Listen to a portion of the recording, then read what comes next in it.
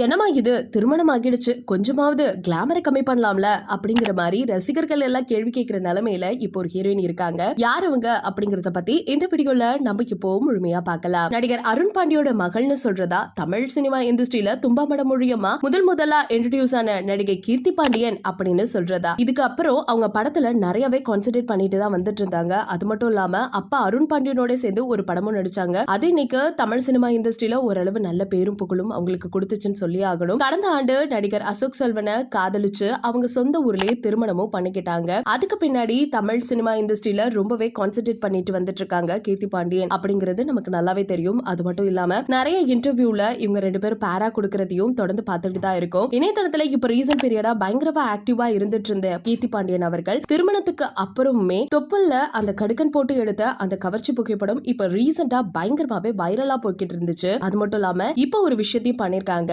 அதாவது கடற்கரையில எடுத்த அந்த ஒரு புகைப்படம் பார்த்து ரசிகர்கள் எல்லாமே இன்னைக்கு வர்ணிக்கிறது ஒரு பக்கம் இருந்தாலும் ஆச்சரியப்பட்டு கல்யாணமாக்குமே இப்படி கிளாமரா இருக்கீங்களே அப்படிங்கிற மாதிரி கீர்த்தி பாண்டியன் அவர்களை கேள்வி கேட்டுட்டு வந்துட்டு இருக்காங்க. இந்த ஒரு செய்தி தான் இப்ப சோசியல் மீடியால பயங்கர வைரலா போயிட்டு இருக்கு. அது மட்டும் இல்லாம இந்த போட்டோஸ் எல்லாம் ரசிகர்களால ஷேர் ஆகிட்டே இருக்கு. நீங்க இதை பத்தி என்ன நினைக்கிறீங்க? என்னதான் இருந்தாலும் மேரேஜ் ஆயிடுச்சு, கொஞ்சம் கம்மி பண்ணலாமே அப்படிங்கிற மாதிரி தான் எல்லாரும் கேள்வி எழுப்புறாங்க. இது சரியா தப்பா அப்படிங்கறத மறக்காம நம்ம கமெண்ட் செக்ஷன்ல ஷேர் பண்ணிக்கோங்க. இது போல அப்டேட்ஸ் உடனுக்குடனே தெரிஞ்சுக்கணும் அப்படின்னா நம்ம சேனலை சப்ஸ்கிரைப் பண்ணி வச்சுக்கோங்க.